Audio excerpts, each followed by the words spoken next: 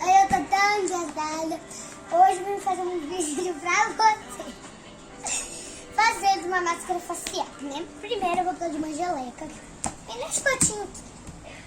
Olá. Eu vi a redação de vocês. Foi bem interessante. Ó. Parece que são todos inseguros. Aqui. Vou fazer assim, vou fazer um dos dois.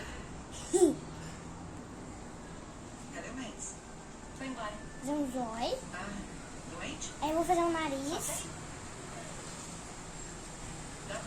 E uma boca.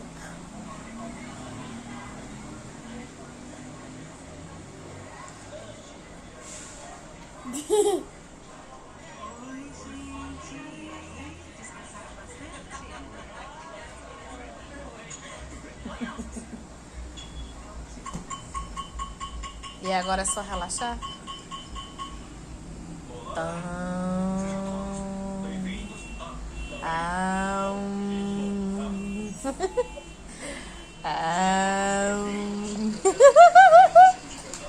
Olha como a pele ficou bonita. Nossa, que macia.